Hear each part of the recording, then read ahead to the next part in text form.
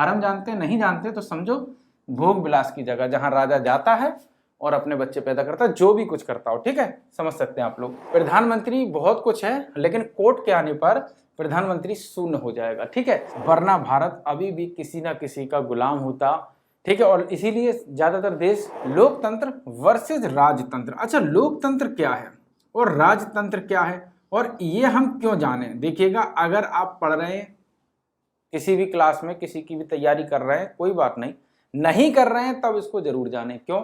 क्योंकि लोकतंत्र और राजतंत्र, हम सिर्फ बड़ी बड़ी बातें करते हैं, बड़ी बड़ी बातें सोच लेते हैं, लेकिन जब हम उसको सही तरीके से समझते हैं तब हमें लगता है कि तंत्र कौन सा अच्छा है। अच्छा, तंत्र क्या है? शासन करने की प्रणाली किसी भी देश की। ठीक है, लोकतंत्र मतलब कि लोगों द्वारा किया गया शासन। किस तरीके से अभी बताएंगे। ठीक है, क्योंकि हमारे यहाँ जो देश है ना, वो लोकतंत्र के दायरे में आता है।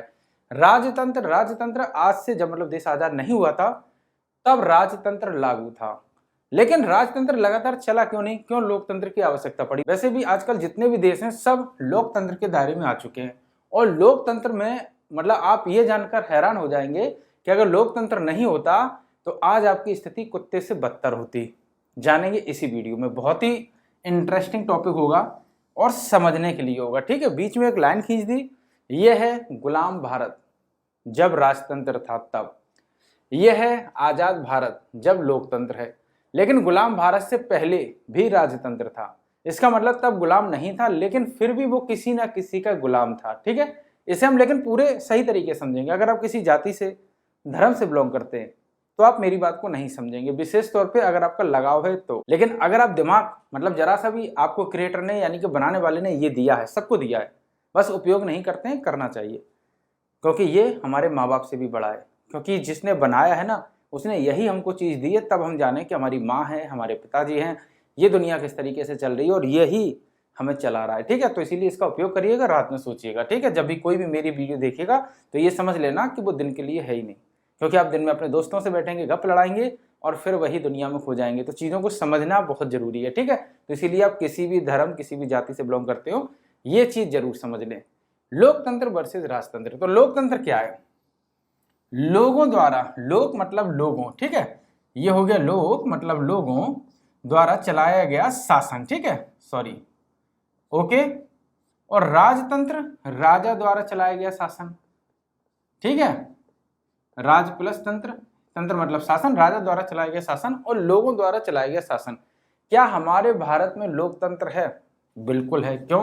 क्योंकि हम हर 5 साल में अपना मतलब कि नेता चुन सकते हैं। अपने देश को चलाने का अधिकार हमारे पास है हर 5 साल बाद। ठीक है, बीच में भी राष्ट्रपति शासन वगैरह बहुत सारे मतलब ऐसे मतलब कि नियम और कानून हैं जिसकी वजह से हम मतलब जो लोकतंत्र है इस पर पूर्ण रूप से काबिज हो सकते हैं कभी भी, किसी भी समय। अगर हमें लगता है कि हमारा राजा बेकार है तो बहुत सारे नियम कानून हमारे जो संविधान में है ना, वो बनके तैयार हो चुके हैं। लेकिन राजतंत्र क्या है? राजतंत्र ये विरासत में मिलती है। ठीक है, यानी कि एक राजा होता है, इसका मालिक राजा होता है और इसका मालिक किसी भी देश का प्रधानमंत्री नहीं होता है। ठीक है, प्रधानमंत्री नहीं होता है, इसका मालिक नहीं है। ये इसको चला रहा है किसके कहने पर?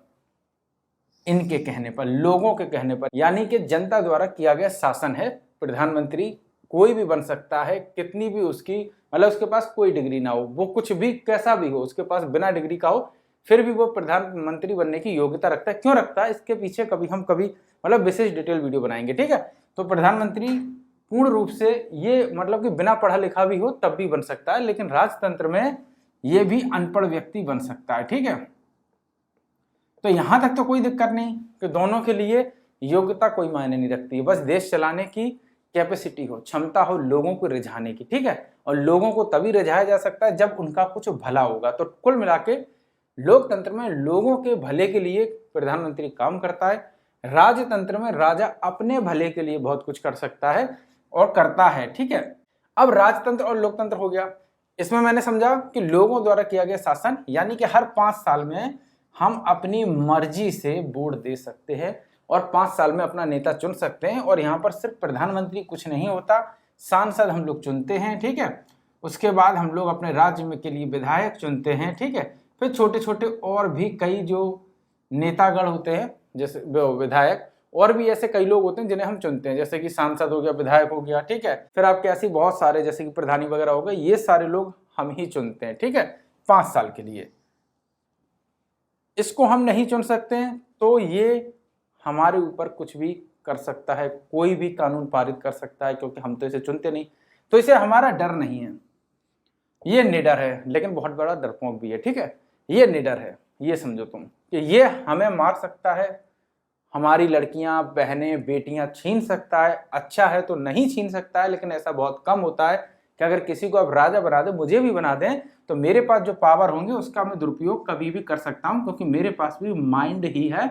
और जहां पर अपने बच्चे की बात आ जाएगी वहां पर हर आदमी झुक जाता है, समझ रहे। तो राजतंत्र और लोकतंत्र के बारे में आप समझे। अब समझते हैं इनमें अच्छा कौन सा है, ठीक है। क्योंकि मैं डिटेल में नहीं जा रहा हूं, ऐसे में अभी 50 वीडियो बनाऊंगा इन्हीं दोनों चीजों पे, ठीक है। लेकिन फिलहाल हम लोकतंत्र वर्सेस राजतंत्र पे हैं, तो ये समझते हैं कि कौन सा तंत्र ज्यादा बेस्ट है हमारे भारत के लिए, नहीं पूरी दुनिया के लिए। ओके, तो लोकतंत्र क्या है? लोकतंत्र लोगों द्वारा चलाया गया शासन, जिसमें कि चुनाव होता है और राजा चुना जाता है। और एक नहीं, इसमें कई राजा होते हैं, जैसे कि सांसद, ये कई होते हैं। इनका अपना मत प्रधानमंत्री को गिरा सकता है, ठीक है। विधायक इसका अपना मत मुख्यमंत्री को गिरा सकता है, यानी कि किसी सूबे का, जैसे कि यहाँ सूबेदार हो गए, जमींदार हो गए, ये सब यहाँ पर भी हैं। लेकिन यहाँ पर जनता के हाथ में पावर है, यहाँ पर इनके हाथ में पावर होने की वजह से जनता, मतलब जनता कुछ नहीं कर सकती, इसलिए ये जनता के साथ हमेशा भेदभाव करते हैं, हमेशा करते हैं। राजाओं के बहुत सारे लोग गुणगान गाते होंगे, सबसे भ्रष्ट 5 रानियां, 6 रानियां, 15 रानियां, ये सिर्फ हमने सुनी है। अगर आप हिस्ट्री खोलकर पढ़ेंगे तो 1,000 जो, जिसमें कि रानियां भी आती हैं, दासियां भी आती हैं, और किसी को लूटा है, मारा है, काटा है, उनकी औरतें, उनकी बीवियां भी आती हैं। जितना भी इन्होंने, मतलब ये जो 1,000 रानियां होती हैं, रानियां या जो भी इस कैटेगरी में आती हैं, इनके लिए एक हरम होता है, ठीक है। हरम जानते हैं? नहीं जानते तो समझो भोग विलास की जगह, जहां राजा जाता है और अपने बच्चे पैदा करता है, जो भी कुछ करता हो, ठीक है, समझ सकते हैं आप लोग। तो ये हरम वाली जगह होती है। 1,000 रानियां। अब अकबर के आपको सुनकर ताज्जुब होगा, 1,000 तो इसके हरम में रानियां थी, लड़कियां थी, जो पकड़कर कैद कर किसी भी रूप में लाई गई हो, ठीक है। और लगभग इसके हरम में कौन थे? मर्द भी थे। ये बहुत एक बड़ी अजीब बात है, लेकिन ये इसी के हरम में नहीं होंगे, इसके हरम की जानकारी सिर्फ दी गई है, यानी कि ये सारे राजाओं के हरम में होंगे, समझ लीजिएगा आप, ठीक है। ये इनके साथ कुछ भी कर सकता है, इन्हें कल मरवा दे, कोई दिक्कत नहीं। अरे ये तो रानियां इसके हरम में रहती हैं, जो इसके हरम में नहीं रहती हैं, जो जनता है, ये उन्हीं की लड़कियों को कभी भी ढूंढ सकता है। इसका मन हो गया क्या ये लड़की मुझे पसंद है तेरी, वो 12 साल की, कोई दिक्कत नहीं। राजा के लिए कुर्बान, ये थी राजा की स्थिति, ठीक है। हर राजा की स्थिति, ये मत कह देना कि बहुत अच्छे अच्छे राजा, कोई अच्छा राजा नहीं था, सबकी 5-6 रानियां थी, कोई कुछ कर गया, कोई कुछ कर गया। और रानियों को डर था कि जब मुझे लूटा जाएगा, छीना जाएगा, तो मुझे यहाँ पर भेजा जाएगा, ठीक है, दूसरा राजा ले जाएगा, मेरे साथ वही चलता रहेगा। तो महिलाओं का अधिकार कौन दिलाता है? आप बहुत खुश नसीब हैं कि आप लोकतंत्र में पैदा हुए हैं। 49% महिलाएं, ये समझिएगा, ये आपके लिए, मतलब आपको जीवन मिला है, नहीं तो यहाँ पर सिर्फ आपके साथ बलात्कार और अत्याचार के अलावा कुछ नहीं मिलता, ठीक है। और अत्याचार के अलावा कुछ नहीं होता, ठीक है। और कभी, और आप किसी भी राजा की नहीं होती। क्यों नहीं होती किसी भी राजा की? क्योंकि कोई भी राजा जब किसी राजा पर चढ़ाई करता है या उसे जीत लेता है, तो ये 1,000 हरम की और जो राजा के निचले पदों पे हैं उनकी औरतों को ये लोग ले जाते हैं, उनके साथ बलात्कार करते हैं, अत्याचार करते हैं, कोई कहने सुनने वाला नहीं होता है, सब इनको स्वीकार कर लेते हैं, क्योंकि उनके साथ हो रहा है तो उनके साथ भी होता है। यानी कि डर का माहौल बनाते हैं राजा, ठीक है। यहाँ डर का माहौल कुछ भी नहीं है। क्यों नहीं है? मतलब देखिएगा, 100% कोई चीज सही नहीं हो सकती। अगर 100% सही हो जाए तो फिर क्रिएटर बनाएगा ही नहीं हमको, ठीक है। क्रिएटर के बारे में हम पहले ही बता चुके हैं, अभी तो इसके पीछे हम कम से कम 2-4-5 हज़ार वीडियो बनाएंगे, ठीक है। इसको जान गए, आपकी गुलामगिरी खत्म हो जाएगी। इसको जान गए, आपकी पीढ़ियां सुधर जाएंगी, और इसकी जगह बनना जरूरी है, तभी सारे धर्म, और सारे धर्म ही इसके अंतर्गत आते हैं। खैर, इस पर हम कभी बाद में बात करेंगे, अभी लोकतंत्र और राजतंत्र पर बात कर रहे हैं, ठीक है। तो लोकतंत्र क्या है कि राजा द्वारा, मतलब कि यहाँ कोई राजा नहीं है। अब आप सोचिएगा, इन दोनों को अब हम कंपेयर करते हैं और अच्छी तरीके से। लोकतंत्र, प्रधानमंत्री जा रहा है, आज गालियां मिलती हैं। प्रधानमंत्री को पता है, ट्विटर पर भी उसने पढ़ी होंगी, ठीक है। क्या कर लिया प्रधानमंत्री ने? कुछ नहीं किया। किसके पास ईडी भेज सकता है? जो विपक्षी पार्टियां हैं, ठीक है। किसी गरीब को ये सता सकते हैं, ठीक है, लेकिन कोर्ट है, क्या है? कोर्ट, ठीक है। कोर्ट अपना काम करता है, ठीक है। तब क्या होता है? तब ये प्रधानमंत्री कुछ नहीं कर सकता, यानी कि यहाँ सर्वोपरि क्या हो गया? कोर्ट। तो यहाँ देखिएगा, एक के पास अधिकार नहीं दिया गया है, प्रधानमंत्री बहुत कुछ है, लेकिन कोर्ट के आने पर प्रधानमंत्री शून्य हो जाएगा। ठीक है, हालांकि इसमें बदलाव की बहुत जरूरत है और प्रधानमंत्री को जो मतलब राज्य मंत्री वगैरह बनाते हैं, तो मेरे हिसाब से कोर्ट से निकले हुए व्यक्ति को कोई भी लालच का पद नहीं दिया जाना चाहिए। ये तो कानून पहले ही बनना चाहिए और पास भी होना चाहिए, क्योंकि यहाँ कहीं लालच तो देखिए दुनिया में सबके साथ है, मेरे साथ भी है, लालच दुनिया में आपके साथ भी है। अगर आपको कोई 20 रुपए दे दे तो आप एक बार नीचे जाके दूध ले आएंगे दूसरे के लिए, लेकिन अपनी हो सकता है माँ के लिए कुछ भी ना लाए अगर कोई 20 रुपए भी ना दे। तो लालच ये दुनिया का सबसे बड़ा मोटिवेशन है। ठीक है, लेकिन हमको किस तरीके से दुनिया चलानी है, किस तरीके से लोगों के साथ मतलब दुर्व्यवहार ना हो हमारी वजह से, तब ये लोकतंत्र ही काम करता है। ठीक है, क्योंकि यहाँ पर महिलाओं को और पुरुषों को अधिकार है कि वो वोट दे सकें। ठीक है, 5 साल बाद मतलब कि ये वोट देकर अपनी सरकार चुन सकें, तो इसका डर रहता है। तो लोगों का डर किस पर है? प्रधानमंत्री पर, मुख्यमंत्री पर। इसीलिए आप देखते हैं कोई भी कहीं भी बहुत बड़े बड़े मतलब कि कांड हो जाते हैं, बहुत बड़ी बड़ी दिक्कतें हो जाती हैं, तो प्रधानमंत्री क्या है, आनन फानन में फैसला लेता है। ये सिर्फ इसके डर की वजह से फैसला लेता है, नहीं तो ये नहीं चाहता कि हमारी सरकार का कोई भी आदमी गिरफ्तार हो, क्योंकि हमें वोट की राजनीति करनी होती है। तो ये सब वोट की राजनीति के लिए करते हैं, लेकिन वोट कौन देता है? हम लोग। 5 साल के लिए चुना, आप राजा बन गए, आपने कहा हम देश को बर्बाद कर देंगे। कैसे? अगले 5 साल बाद हम आपको हटा देंगे। सही राजा चुनेंगे, हालांकि ये बहुत कम होता है, लेकिन हम बता रहे हैं एक सही राजा चुनेंगे, वो भी सही नहीं निकला तो फिर चुनेंगे, क्योंकि डर कायम रहेगा। तो ये कुछ ना कुछ लोगों के लिए करेंगे 100%। राजा किसी के लिए कुछ नहीं करेगा। लगभग दुनिया के सारे राजा इसी क्वालिटी में आते हैं। ठीक है, मैं ये नहीं कह रहा हूं कि वो सब बलात्कारी थे, अत्याचारी थे, लेकिन 5 रानियां रखना और 2 रानियां रखना, अगर एक से ज्यादा रानी रखना, ठीक है, ये भी मैं उसी श्रेणी में समझता हूं कि महिलाओं के साथ ये अन्याय करने वाले थे। तो जितने भी राजा थे आप चुन लेना। ठीक है, क्योंकि इनकी निगाह में महिला सिर्फ एक भोग विलास की चीज है। और ये नहीं जानते थे, ये जानते थे जिस भी देश को हम लूटेंगे या जिस भी राजा पर हम कब्जा करेंगे, वहां की महिलाओं को ही सबसे पहले अत्याचार सहना होगा। आज महिलाएं समझ लें कि बहुत खुशनसीब हैं।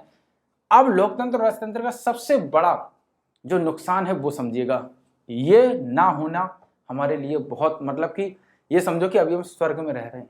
इससे बड़ा स्वर्ग दुनिया में कभी नहीं हो सकता है। ठीक है, अब राजतंत्र में देखिएगा, एक बात तो समझिएगा, राजतंत्र में क्या है, राजा है, सिंपल है।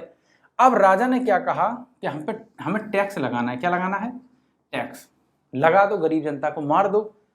डेवलपमेंट नहीं करना, क्योंकि हमें खुद नहीं पता कि डेवलपमेंट कौन करेगा, हमें कुछ भी नहीं पता। ठीक है, तो हम डेवलपमेंट भी, क्योंकि हमें जानकारी नहीं है, हम अपने भोग विलास में लिप्त हैं, रानियों पर अत्याचार कर रहे हैं, और जो भी लड़की मुझे पसंद आ रही है उसको हम अपने कब्जे में कर रहे हैं। किसी नर्तकी को मरवाना है, उसके पति को मरवाना है, मार दो, कोई दिक्कत नहीं, कोई आवाज उठाने वाला नहीं। ठीक है, और सबसे ज्यादा हम अभी बता रहे महिलाओं के साथ अत्याचार होता है, पूरी प्रजा के साथ अत्याचार होता है, और लगभग 70 से 80% अत्याचार होता है। ठीक है, अभी भी अगर ये राजा बन जाए तो यही सिलसिला होगा। 99% जनता त्रस्त होगी, और यहाँ पर 99% जनता खुशहाल है। ओके, अब लोकतंत्र का सबसे बड़ा फायदा क्या है? सबसे बड़ा फायदा यह है, एक तो स्त्रियों को पूरी मतलब की छूट है, वो कुछ भी कर सकती हैं। जब किसी की कोई नहीं सुनता है, किसी स्त्री की, किसी लड़की की ससुराल में पिटाई लग रही हो, मारकूट लग रही हो, और माँ बाप डर रहे हो मतलब किसी भी चीज से कि नहीं हम कैसे कहें, पहले तो ये डर 100% था, अब हालांकि 90% रह गया, लेकिन अगर वो डर रहे हो तो उस लड़की की कोर्ट सुनता है। कौन सुनता है? कोर्ट उस लड़की की सुनता है, पुलिस सुनती है, पूरा प्रशासन उसके साथ होता है। फिर ससुराल में 5 ही लोग तो होंगे, इसके साथ 1000 पुलिस वाले हैं। समझिएगा, एक लड़की के पीछे 1000 सुरक्षा कर्मी हैं हमेशा, और इसके घर वाले सिर्फ 5 हैं। मैं ये नहीं कह रहा हूं अत्याचार किसी के भी साथ हो सकता है, लेकिन मैं जो बात कर रहा हूं वो समझिएगा। इसके साथ 1000 पुलिस वाले हैं, 1,00,000 पुलिस वाले हैं, लेकिन यहाँ पर इतने ही घर हैं। यानी कि अत्याचार करने की जो सीमा है, मतलब जैसे अगर हम कहें कि किसी लड़की को मार रहे हैं और अगर वो कोर्ट जाती है तो मेरे साथ वही व्यवहार होगा जो सांसद और विधायक को भी होगा। ठीक है, यानी कि कोई भी वीआईपी नहीं है। ठीक है, अब आप कहेंगे नहीं ये तो वीआईपी है, क्यों इतने सारे वीआईपी हैं? तो एक छोटी जात का, ठीक है, जाति मैंने यहाँ क्यों मेंशन की है, क्योंकि मैं इसलिए बता रहा हूँ कि इनको अधिकार नहीं था तो हम इन्हीं से लेके चलते हैं। एक छोटी जाति का व्यक्ति भी प्रधानमंत्री बन सकता है, यानी कि ये कैपेबिलिटी रखता है। यहाँ ऐसा कुछ नहीं है। मुख्यमंत्री बन सकता है, यहाँ ऐसा कुछ नहीं है। सांसद बन सकता है, विधायक बन सकता है, कुछ भी बन सकता है, यानी कि पासा कभी भी पलटा जा सकता है लोकतंत्र के मायने में। अगर आप हैं और आपको लग रहा है कि हाँ हम राजा बन सकते हैं, तो इसीलिए क्योंकि आप लोकतंत्र के दायरे में आते हैं। अगर राजतंत्र में आते तो आपको पढ़ने का भी मौका नहीं देते, क्योंकि राजा अपनी मर्जी का मालिक था। वो कहेगा अगर ये पढ़ जाएंगे तो फिर ज़्यादा होशियार हो जाएंगे। हो सकता है इसमें भी काफ़ी हद तक करते हो, लेकिन ये सुधार करना पड़ेगा। ये अपने मन से नहीं चलेंगे, ये इनके भले के लिए काम कर रहे हैं, क्योंकि यही 5 साल बाद इनको बदलेंगे। लोकतंत्र बहुत जरूरी है, ठीक है। भारत देश गुलाम हुआ सिर्फ राजतंत्र की वजह से, अभी हम समझाएंगे, ठीक है, पूरा डिटेल में समझाएं। भारत देश गुलाम हुआ सिर्फ राजतंत्र की वजह से, ठीक है, और अब कभी नहीं होगा, अब शायद कभी नहीं होगा, ठीक है। शायद मैंने इसलिए लगाया क्योंकि नालायक हमेशा रहते हैं। अब शायद कभी नहीं होगा, क्यों, इसको समझो। भारत देश गुलाम क्यों हुआ? मैं राजा हूं एक विशेष जगह का, ठीक है। मुगल आए, अब ये मत कह देना कि मुगल खराब थे, डच भी, पुर्तगाली भी, ये सब लोग आए भारत पर, ठीक है। पुर्तगाली, डच और जो ये मुगल थे, ये सब लोग आए भारत पर कब्जा करने के लिए। लेकिन जो मुगल थे, इनका बड़ा साम्राज्य था और इन्होंने अच्छी तरीके से भारत को कब्जे में लिया। क्यों लिया इन मुगलों ने? क्योंकि वहां राजा कितने, हम छोटे से, वो छोटे से। तुम मुझे गाली दे रहे हो तो मैंने कहा ठीक है, तुम मुझ पर चढ़ाई करोगे, दूसरा क्यों आएगा? नहीं आएगा ना। तुम मेरे बारे में कह रहे, तुम कह रहे, सपोज दैट किसी को भी ले लेते हैं, तुम कह रहे फलाना राजतंत्र ऐसा या फलाना राजा ऐसा, फलाने की जागीर ऐसी। किसको बुरा लग रहा? वहां के राजा को, ठीक है। वो किसके लिए बताया? क्योंकि वो भोग विलास कर रहा है, वो मस्त है, अपने मगन है। आए मुगल, उन्होंने, उनकी बड़ी मतलब की जनसंख्या थी, उन्होंने इस पर कब्जा कर लिया, ठीक है। ये राजा गया, दूसरों ने कोई दिक्कत नहीं, क्योंकि अभी हम पर हमला नहीं हुआ है। राष्ट्रवाद नहीं था, बस ये समझिएगा, राष्ट्रवाद नहीं था। राष्ट्रवाद कैसे होगा भाई, कैसे पनपेगा राष्ट्रवाद? बताइएगा, कहाँ राष्ट्र है? एक राजा का अलग मतलब कि महल है, एक राजा का अलग महल है, एक राजा का अलग महल है। तो जब कोई आएगा तो वो पहले इस राजा को जीतेगा, ठीक है, क्योंकि ये तो छोटा सा है, इसको बुरा नहीं लगेगा। फिर वो इस राजा को जीतेगा, कान में खूब खबर जाए, फिर वो इस राजा को जीतेगा, फिर वो पूरे भारत पे कब्जा कर लेगा, ठीक है। अब बात करते हैं लोकतंत्र की। देखो, इसको हम डिटेल में, बहुत डिटेल में समझा सकते हैं, लेकिन हमने सिर्फ इतना बताया कि हर किसी का अपना एक किला था, उसको वो छोटे छोटे टुकड़ों में बटा हुआ था भारत। और कोई अगर ये कहता कि भारत की, कोई कहते नहीं भारत की, क्यों क्यों वो भारत की, क्या भारत तो है ही नहीं ना। ये एक राजा है, इसका किला है, फलाने किले का राजा, आगरा का राजा, मथुरा का राजा, यही तो राजा थे ना। तो मथुरा का राजा, इसका मतलब मथुरा वासी, तो उसको आगरा वाले से क्या संबंध, दिल्ली वाले से क्या संबंध? तो वो कब्जा करते चले गए, ठीक है। भारत गुलाम बना इन्हीं की वजह से। इस राजतंत्र ने भारत को पूर्ण रूप से सोने की चिड़िया से कंगाल चिड़िया कर दिया। और 70 साल 75 साल पहले जब भारत आजाद हुआ था, तो भारत के पास अपनी अर्थव्यवस्था के लिए कुछ भी नहीं था, ठीक है। बहुत 100 करोड़ रुपए, 1700-1800 करोड़ रुपए का बजट खुद का था, इनके पास तो छोड़ ही दीजिएगा। ये तो सिर्फ भोग विलासी लोग थे, ठीक है। ध्यान रखिएगा, आप जिसके बारे में बड़ाइयां करते हैं ना, वो इन श्रेणी में आप भी आते होंगे 100%। आप देखिएगा उनकी कितनी रानियां हैं, कैसे मरी, कैसे जी, कितनी लूटी, कितनी मारी और किस किस में बहन थी, ठीक है। अब बात करते हैं लोकतंत्र की। अच्छा, लोकतंत्र शायद कभी भी गुलाम नहीं बनेगा, इसके पीछे समझो।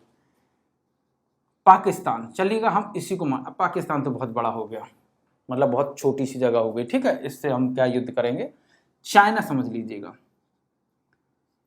चाइना भारत पे हमला क्यों नहीं कर पा रहा है? अगर सोचिएगा ये राजा होते तो चाइना तो हर किसी को लूट लेता, इनकी तो औकात कुछ नहीं थी। लेकिन ये जो आया है, जो चाइना भारत पर हमला क्यों नहीं कर पा रहा? सुनो, चाइना कह रहा है यूपी वालों की, ठीक है, चलो इसने कह दिया, इसका मतलब भारत वालों की, और भारत का हर नागरिक भारत से प्रेम करता है, राष्ट्रवाद है उसके अंदर। क्यों है? क्योंकि ये कानून हर जगह समान है, ये भारत है तो हम हैं।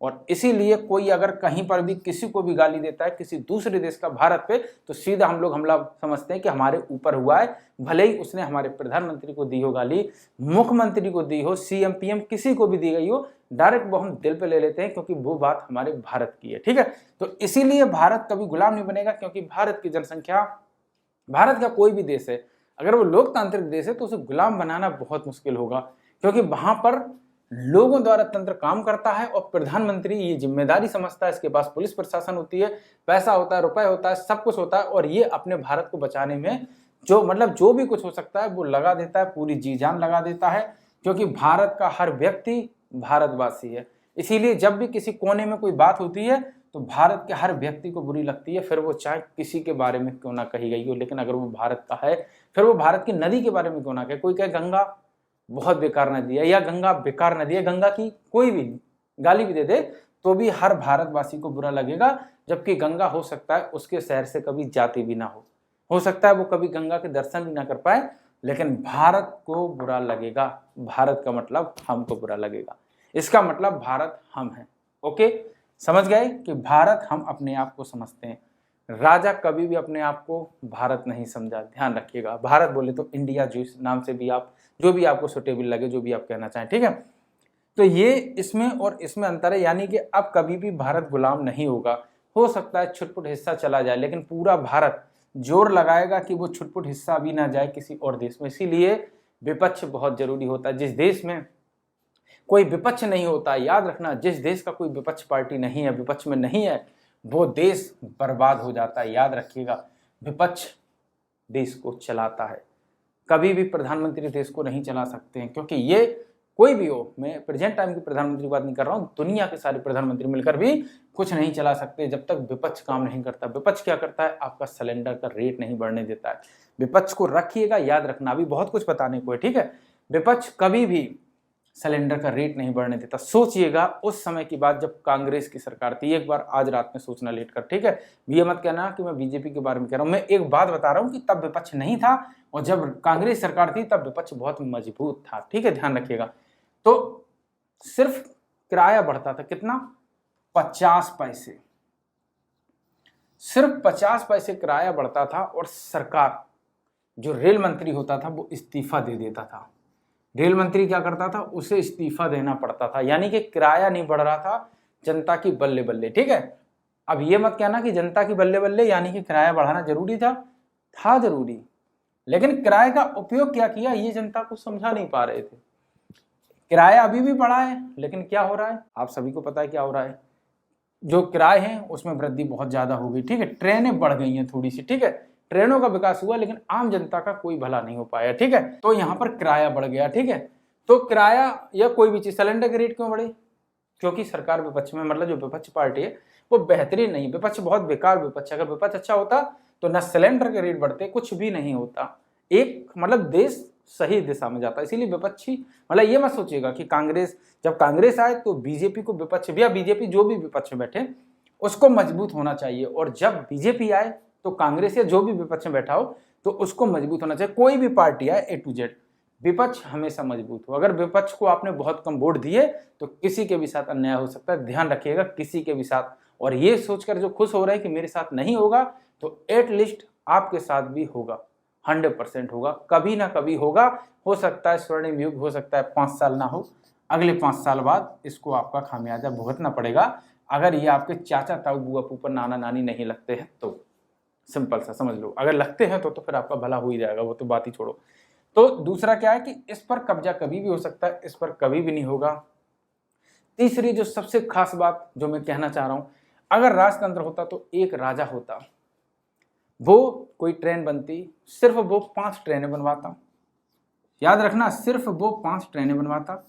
एक राजा की होती, एक रानी की होती, 2-3 ट्रेनें और होती, सारा टैक्स इस ट्रेन में लगता। ये ट्रेन दुनिया की लग्जरी ट्रेन होती, एरोप्लेन होते 8-10 एरोप्लेन होते, इससे ज़्यादा नहीं होते, जो स्वयं राजा के होते, और राजा उस पर बैठ कर जाता। और जो 5 ट्रेनें होती, इस ट्रेन के स्वागत में गरीब मजदूरों को लगाया जाता और हाथ जुड़वाए जाते, या जो भी मतलब कब्जा किया होता जिस धर्म का भी, उसके अनुसार वो खड़ा करता। इसमें आपकी बेटी भी शामिल होती और आपके बेटे भी शामिल होते। याद रखना, बेटे बेटियां हाथ जोड़कर वहां खड़े होते, लेकिन यहाँ ये स्थिति नहीं है। खुद प्रधानमंत्री जब जाएंगे तो सिर्फ उनकी सिक्योरिटी, क्योंकि उनको मौत का डर होता है इसीलिए, या राष्ट्रपति या प्रधानमंत्री जो भी जाए, सिक्योरिटी के अलावा बाकी के डिब्बे आप बुक कर सकते हैं किसी भी समय, उतने ही बड़े, उतने ही मजबूत, थोड़े से पैसे में भी। लेकिन यहाँ ये ऑप्शन ही खत्म हो जाता, आप अरबपति भी हो जाते, ट्रेन में ना बैठ पाते। ट्रेन के दर्शन बाहर से ही होते, शायद अपने जीवन काल में अपनी पीढ़ियों को भी आप कभी ट्रेन में ना बैठा पाते, जहाज में ना बैठा पाते, दुनिया का कोई भी काम आप नहीं कर पाते। अगर राजतंत्र आज होता तो राजा लड़ रहे होते, और आपकी भी बेटियां, ध्यान रखिएगा, आपकी, मैं बेटी की बात कर रहा हूं, आपकी बेटी किसी राजा या किसी राजकुमार की गोद में सो रही होती, कभी भी किसी भी क्षण, जिस दिन उसका मन हो गया, अगर सुंदर होती तो राजा का मन, उसने कहा कि बुला लाओ तो बुला लाओ। देखिएगा, स्पष्ट बात है, बुरी लगे तो लग जाए, राजा का मन करता तो वो आपकी बेटी को उठवा लेता और आप कुछ नहीं कर सकते। क्यों? क्योंकि आपके पास कोई पावर नहीं है, आप तो एक मजदूर हैं। और मजदूरों के साथ होता भी बहुत बुरा था, बताया नहीं गया। हिस्ट्री हमेशा, हिस्ट्री जब पढ़ना आप तो उसमें लिखा होगा अनुयायियों के अनुसार। याद रखिए, ये जो अनुयायी हैं ना, इन्होंने पोपलीलाएं फैलाई हैं राजाओं के बारे में। 500 किलो का 500 किलो की तलवार, 1000 किलो का मुकुट, ये सब अफवाह है। इसीलिए वहां कहा जाता है अनुयायियों के अनुसार। कभी भी ये नहीं कहा जाता स्पष्ट, मतलब हो ही नहीं सकता। क्या साइंस मूर्खों की है क्या? साइंस ने तो सिद्ध किया है कि कोई भी ऐसी चीज नहीं जो आज विकास हुआ है वो विकास कभी पहले इतना इस स्थिति में नहीं हुआ है। और ये भी विकास ऐसे नहीं हुआ है, किसी ने कोई एक चीज बनाई होगी, उसके बाद सोचिएगा। अगर आज आपके हाथ में मोबाइल है तो इसके मतलब इसका रीजन ये नहीं है कि वो मोबाइल वाला श्रेष्ठ है ना। जब विद्युत बनी होगी, जब चुंबक बनी होगी, जब बैटरी बनी होगी, जब टीवी बनी होगी, जब रेडियो बने होंगे, जब रेडियो एक्टिव तरंगें समझी होंगी, जब हमने मतलब बहुत सारी चीजें जब हो चुकी होंगी, तब मोबाइल हमारे हाथ में आया। क्योंकि इसे बनाने के लिए इन सब चीजों की आवश्यकता थी, ध्यान रखिएगा। तो राजतंत्र दुनिया का सबसे बेकार तंत्र है और लोकतंत्र दुनिया का सबसे अच्छा तंत्र है, ठीक है। तो अभी तो मैंने कुछ ही उदाहरण दिए, क्योंकि मैं कभी भी लिखकर उदाहरण नहीं देता हूं कि वहां पर लिख लिया और फिर आपको बता रहा हूं। कुछ चीजें मैं भूल भी सकता हूं, लेकिन फिर भी कुछ चीजें याद आ रही हैं तो मैं बताता चला जा रहा हूं। तो एक तो ये हो गया, मैंने क्या कहा, बहू बेटी आपकी सलामत सही सलामत नहीं होती, आपकी जमीनें कब्जा कर ली जाती, आपकी जो खेती बाड़ी है वो उस पर टैक्स लगा दिया जाता पेल कर, ठीक है। और आप धरना भी नहीं दे सकते थे, इतने मजबूर होते कि आप धरने के लिए बैठते तो गोली मार दी जाती, आदेश आ जाता कि इन सबको गोली मार दो बिना किसी उद्देश्य के। तो जमीनों पे भी आपके टैक्स लगता और आप कुछ कह नहीं पाते। आपको कभी भी किसी वक्त मारा जा सकता, सिर्फ आदेश एक आता बिना किसी सुनवाई के, क्योंकि वहां पर कोई सुनवाई नहीं होती, ठीक है। हिटलर भी उसी श्रेणी में आता था, ठीक है, नेपोलियन, ये सब उसी श्रेणी में आते थे। लेकिन तब राजतंत्र मतलब कि था, लेकिन लोकतंत्र की दिशा में चल रहा था, ठीक है। तो एक जो मैंने सबसे बड़ा डिफरेंस बताया कि लोकतंत्र में सबसे ज्यादा महिलाएं सुरक्षित हैं, राजतंत्र में सबसे ज्यादा अत्याचार बलात्कार इन्हीं के साथ होता। अब देखिएगा, मणिपुर की घटना लेकर मत बैठ जाना, ऐसी घटनाएं होती रहेंगी जब तक कि हम लोग संवेदनशील नहीं होंगे, ठीक है। हमारी संवेदना खत्म हो चुकी है, इसीलिए ऐसी घटनाएं होती हैं। और हम पार्टी के लिए बने हैं, हमें जबकि पार्टी के लिए नहीं, अपने बच्चों के हितों के लिए बनना है। जो आज 2 रोटी के लिए जी रहे हैं, समझिएगा वो राजतंत्र को बढ़ावा दे रहे हैं, और आज जो अपने बच्चों के लिए जी रहे हैं वो लोकतंत्र को बढ़ावा देंगे। ध्यान रखिएगा, लोकतंत्र ही आगे का भविष्य है। इसको खत्म करना दुनिया की सबसे बड़ी मूर्खता होगी और इसके चपेटे में आपके बच्चे आएंगे। क्यों? क्योंकि राजतंत्र को अगर चुन लो तो राजा की मौत होती थी किसी दूसरे राजा के हाथों। क्यों? क्योंकि वो राजा जब कब्जा करता था तो इस राजा की हत्या करता था, और जब वो राजा आता था तो जाहिर सी बात है इसी के रिश्तेदार, नातेदार, बुआ, फूफा, चाचा, नानी, उन्हीं की मौत होती थी। इसका मतलब शिकार आप भी होंगे। यहां ऐसा कुछ नहीं है, क्योंकि यहां आपने वोट दिया, वो भी गुप्त, यानी कि आपके बारे में पता ही नहीं कि आपने किसको कब वोट दिया। कितनी मतलब कि अच्छी बात है कि लोकतंत्र, और लोकतंत्र में आपका जन्म हुआ, कितना बेहतरीन चीज है, कितनी बेहतरीन समय पर हुआ। अब जब लोकतंत्र अंग्रेज गए तब आया, तो लोकतंत्र में जो मतलब कि उन्नति हुई, ये समझो कि भारत को भारत बनाने में लोकतंत्र का अहम योगदान है, वरना भारत अभी भी किसी ना किसी का गुलाम होता, ठीक है। और इसीलिए ज्यादातर देश लोकतंत्र की दिशा में जा रहे हैं, क्योंकि जो भी लोकतंत्र हो गया उसको कोई गुलाम नहीं बना सकता। और जो भी राजतंत्र हैं, जैसे कि हमारा वो कौन सा, साउथ कोरिया, उत्तर कोरिया, ठीक है, जैसे कि कोरिया, ओके, वहां राजा की अपनी मर्जी चलती है। क्यों चलती है उसके पीछे का रीजन समझो। राजा ने आदेश दिया कि ये, जैसे कि आज हमारे यहाँ क्या हुआ, किसान धरने पे बैठे थे, क्या राकेश टिकैत मरे? नहीं मरे। क्यों नहीं मरे? सरदर्द थे। लेकिन अगर ये कोरिया में होते तो गोली मार दी जाती। और एक टिकैत के गोली मारने का मतलब ये है अगले 500 या 1000 साल तक कोई आदमी, मतलब हर आदमी टिकैत की बात करता और कहता कि एक आदमी मारा गया, यानी कि मैं खैर टिकैत पे नहीं जा रहा हूं, मतलब कि एक बात बता रहा हूं कि ये एक उदाहरण बन जाता, और इसलिए आगे आने वाली पीढ़ियां बोल नहीं पाती। शुक्र है कि उन्होंने लोकतंत्र में यह आवाज उठाई। हाँ, हो सकता वो उठा सकते थे राजतंत्र में अपनी जनता को, लेकिन उन्हें पहले कलेक्ट करना होता, यानी कि मौत का चांस लगभग 99% होता, ठीक है।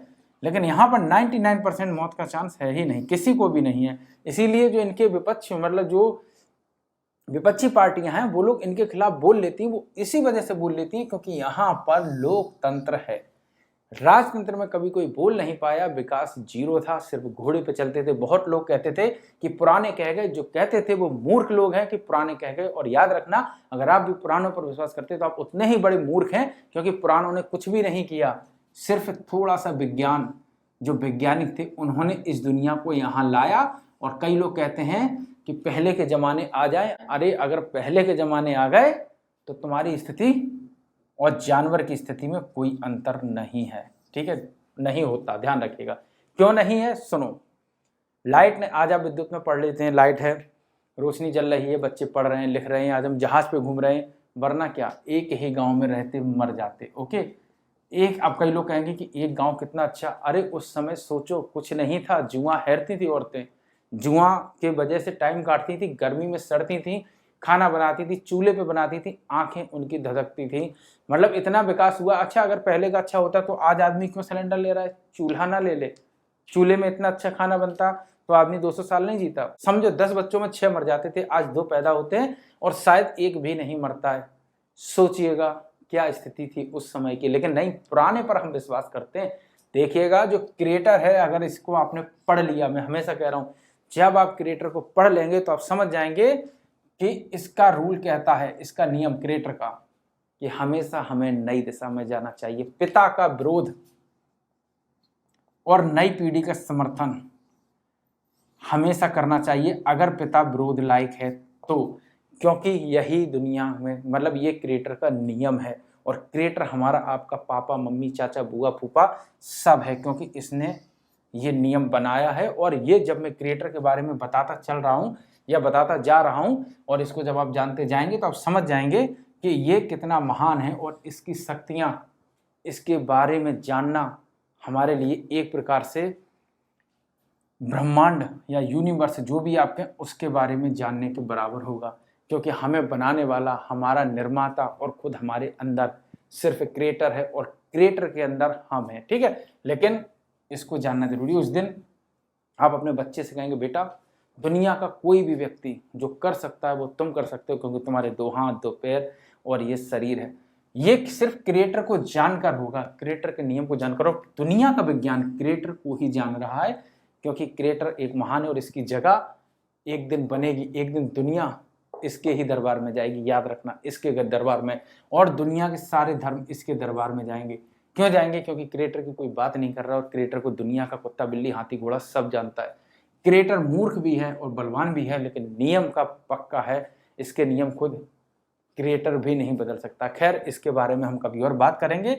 आप बस ये समझिएगा कि लोकतंत्र और राजतंत्र में अगर आप राजा के पास होते तो आपकी बहू बेटियां मुंह नहीं दिखा पाती, क्योंकि अगर वो खड़ी होती और राजा को पसंद होती तो राजा उठवा लेता, और सिर्फ बलात्कार के अलावा कुछ नहीं करता, क्योंकि उसकी रानियां पहले से ही 1000 थी, या 1000 होती, 5 होती, 10 होती, ठीक है। और ये हरम होता है। अगर इसके बारे में हम और डिटेल बताएंगे तो कई ऐसे लोग हैं जिनको बुरा लगेगा, क्योंकि इनके डिटेल से आप लोगों ने कभी जाना नहीं।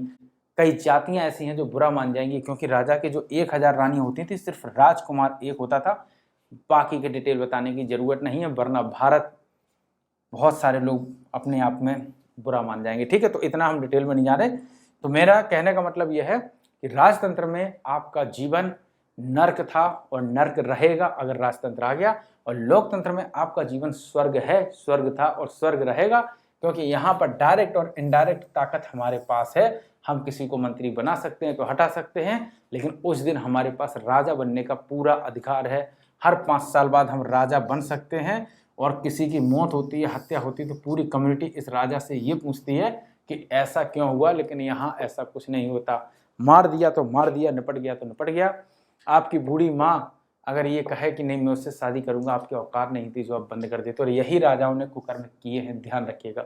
भारत के नहीं, दुनिया के राजा की हम बात कर रहे हैं, सिर्फ भारत के राजा की बात नहीं कर रहे। दुनिया के हर राजा ने यही, लगभग यही किया, ठीक है। क्योंकि ये अपने दिमाग से चले। भाई अभी किसी को आप पावर दे दो तो वो अपने हिसाब से काम करेगा ना। तो लगभग राजाओं ने यही किया। कुछ एक राजा बहुत अच्छे थे, लेकिन जरूरी नहीं कि उनकी औलादें भी उतनी ही अच्छी हों। इसीलिए कुकर्म उनकी प्रजाति में किसी ना किसी ने उनके परिवार में किया है, अगर वो राजा बन गए हैं तो। क्योंकि यहाँ पर राजा राजतंत्र के अनुसार राजा का बेटा राजा, उसका बेटा राजा, उसका बेटा राजा, वही चलता रहा। और यहाँ लोकतंत्र के अनुसार आप भी प्रधानमंत्री, हम भी प्रधानमंत्री, आज गाली देना चाहो तो गाली दे लो, और जो लोग कहते हैं कि प्रधानमंत्री को गाली नहीं देनी चाहिए तो वो उसी राजतंत्र को बढ़ावा दे रहे हैं और मूर्खता की वो निशानी फैला रहे हैं कि राजा को गाली नहीं देनी चाहिए। क्यों नहीं देनी चाहिए? गाली का मतलब ये नहीं है कि इसको अब माँ बहन की दो, कहने का मतलब ये है कि इसकी हम बुराई क्यों ना कर सकें, क्यों हम इस पर सवाल ना उठाएं। और इस पर तो आप सवाल उठा ही नहीं सकते, तो इसकी तो बात ही छोड़ो। तो जो इन पर सवाल नहीं उठाता है वो मूर्ख है, और उतना ही बड़ा मूर्ख है कि वो अपनी माँ पर सवाल उठा रहा है, क्योंकि माँ बाप, चाचा, नाना, नानी, बुआ, फूफा सबने आखिरकार इसका समर्थन किया। किस लिए? कि हमारा भारत सुरक्षित रहे, या हमारा जो भी देश है वो सुरक्षित रहे। तो पूरी जिम्मेदारी अगर हमने इस पर सौंपी है तो सिर्फ अपनी नहीं सौंपी, दुनिया की हर महिला की सौंपी है, दुनिया के हर बच्चे की सौंपी है, जो मतलब हमारे देश के हैं उनके हर बच्चे की सौंपी है। और हमने पूरी कोशिश की है कि जो लोकतंत्र है वो सिर्फ हमारे लिए काम ना करे, बल्कि हमारी आगे आने वाली पीढ़ियों को सुरक्षित रखे। ध्यान रखिएगा, लोकतंत्र में 49% महिलाएं सबसे पहले लोकतंत्र के सुबह उठकर पैर छुएं। पैर तो होते ही नहीं है, लेकिन लोकतंत्र को जानें, समझें और फिर इस चीज़ को महसूस करें, गौरवान्वित करें कि हमारे साथ दुनिया की सारी पुलिस, सारी फौज, दुनिया का हर बंदा खड़ा हुआ है अगर मेरे साथ कोई अत्याचार होता है तो। और राजतंत्र को ये मानकर चलें कि मैं खुद किसी राजा की रखेल कभी भी बन सकती थी, मेरी माँ भी हो सकती थी और मेरी बेटियां भी हो सकती हैं, कभी भी किसी भी क्षण अगर हम इस समय राजतंत्र में होते तो। हाँ, सिर्फ राजा के घर वाले छोड़ दें इस बात को, क्योंकि वो तो राजा होते, लेकिन उनकी महिलाओं के साथ भी वही होता, क्योंकि अगर कोई और राजा कब्जा करता तो सबसे पहले वो उसकी बीवी, उसकी माँ, उसकी बेटी, इन्हीं को हवस का शिकार बनाते थे। तो ये है लोकतंत्र की ताकत और ये है राजतंत्र की ताकत। लोकतंत्र ने पूरी दुनिया को एक कर दिया, एक बना दिया, और राजतंत्र ने पूरी दुनिया को, अपने ही देश को 1000 भागों में बांट दिया। और यहाँ पर उन सब का भला हुआ जो गरीब हैं, उन सब का भला यहाँ पर होगा। यानी कि 100% ये इंसानों के साथ है, ये 100% सिर्फ अपने स्वार्थ के साथ था। याद रखिएगा, लोकतंत्र दुनिया का सबसे, मतलब दुनिया में आने वाली एक क्रांति है जो हर देश ने अपनाया, अपने देश के लोगों के हिसाब से लोकतंत्र की रचना की, जो वहाँ के लोग जानते थे। और मैं धन्यवाद देना चाहता हूँ बाबा साहब बी आर अम्बेडकर का, और जो लोग उस समय थे जिन्होंने इसका समर्थन किया। कि देखिएगा, कुछ लोगों ने इसका विरोध भी किया, ऐसा नहीं है कि विरोध नहीं किया, लेकिन जिन लोगों ने इसका समर्थन किया, जिन्होंने सोचा कि नहीं लोकतंत्र ही लागू होगा, सरदार वल्लभ भाई पटेल जैसे लोग जिन्होंने भारत को मतलब एक करने की कोशिश की, बाबा साहब बी आर अम्बेडकर जिन्होंने 49% महिलाओं के अधिकार के लिए अपना पद छोड़ दिया। ऐसे लोग बहुत कम पैदा होते हैं, याद रखिएगा, ऐसे लोग बहुत कम पैदा होंगे जो अपने मतलब निस्वार्थ 49% जो महिलाएं थी उनके अधिकार के लिए इस्तीफा दे दे। आज तो कोई इस्तीफा देना नहीं चाहता, बलात्कारियों के साथ खड़ा हो जाता। खैर, हम उसकी बात नहीं कर रहे, ठीक है। तो 49% मतलब कि जो महिला हैं उनके लिए इन्होंने, लीजिएगा इस्तीफा, हम नहीं न्याय मंत्री रहेंगे अगर मेरी बात नहीं समझी जाएगी। वहीं पर जो सरदार वल्लभ भाई पटेल, उन्होंने पूरे देश को इकट्ठा किया, क्योंकि अगर देश इकट्ठा नहीं होता, अगर रियायतें ये सब आपस में अलग अलग जुड़ी रहती, मतलब अलग अलग हटी रहती, आपस में नहीं जुड़ती, तो लोकतंत्र बनने का कोई मायने नहीं थे, तो राजतंत्र ही चलता रहता। उन्होंने भारत को एक किया। और भी उन सारे लोगों ने, जिन लोगों ने अपने अनुभव साझा किए, लिखे कि नहीं ये होना चाहिए, उन सबका आप आभार प्रकट करिएगा जिन्होंने लोकतंत्र की बुनियाद रखी, लोकतंत्र में अपनी बातों को भी रखा, अपने पक्ष को भी रखा और बढ़ाना चाहें। और आज जाके सबसे पहले लोकतंत्र की एक पुस्तक लाइएगा और पढ़िएगा, आपके कितने अधिकार हैं। और लोकतंत्र की सबसे खास बात यह है कि इसे कभी भी किसी भी क्षण लोगों के हितों के लिए बदला जा सकता है, छोटे मोटे अंतर किए जा सकते हैं। तो सत्य वो होता है जो हमारे लिए बना हुआ, मतलब हमारे लिए जो सत्य है वो लोकतंत्र में है, क्योंकि हम आज इस टाइप के हैं, कल हम किसी और टाइप के होंगे, परसों हम किसी और टाइप के होंगे, दुनिया किसी और टाइप की होगी, तब लोकतंत्र में अंतर होगा। बाकी की दुनिया की सारी किताबें उतनी ही झूठी हैं, क्योंकि उनमें आप कोई अंतर कर नहीं सकते, क्योंकि वो तो जो लिख गए वो निपट गए, और जो लिख गए उनकी कोई गारंटी नहीं है कि उन्होंने कितना सत्य लिखा और कितना झूठ लिखा। हो सकता है 100% भी उन बुक में झूठ लिखा हो, ठीक है। और हो सकता है कुछ किताबें मोटिवेशनल तौर पे बनी हो, जैसे कि हम मोटिवेशनल स्पीकर बन जाए, अपने जो भी मेरे साथ घटित होगा वो हम लिख दें, तो वो मोटिवेशनल बुक तक तो सीमित है, लेकिन वो कभी भी लोकतंत्र की किताब नहीं बन सकती। लोकतंत्र हमारे देश के लिए, हमारे देश की एक महान बुक होती है। याद रखिएगा, हमारा संविधान ही हमें सिखाता है कि हम स्त्री की रक्षा करें, हम स्त्री को बराबर समझें, हम उनके अधिकार दिलाएं, हम दलित ओबीसी इन वर्ग को न्याय दें, हम किसी के साथ भेदभाव नहीं करें। ये सिर्फ और सिर्फ हमें लोकतंत्र सिखाता है, हमारा संविधान सिखाता है, और दुनिया के सारे संविधान लगभग इसी तरीके से बने हुए हैं।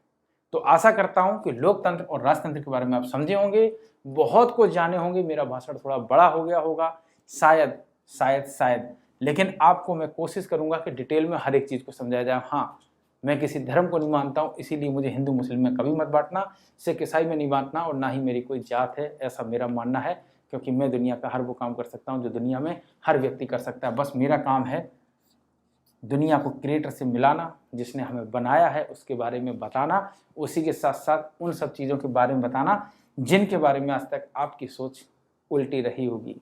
हम उसको सीधा करने की कोशिश करेंगे।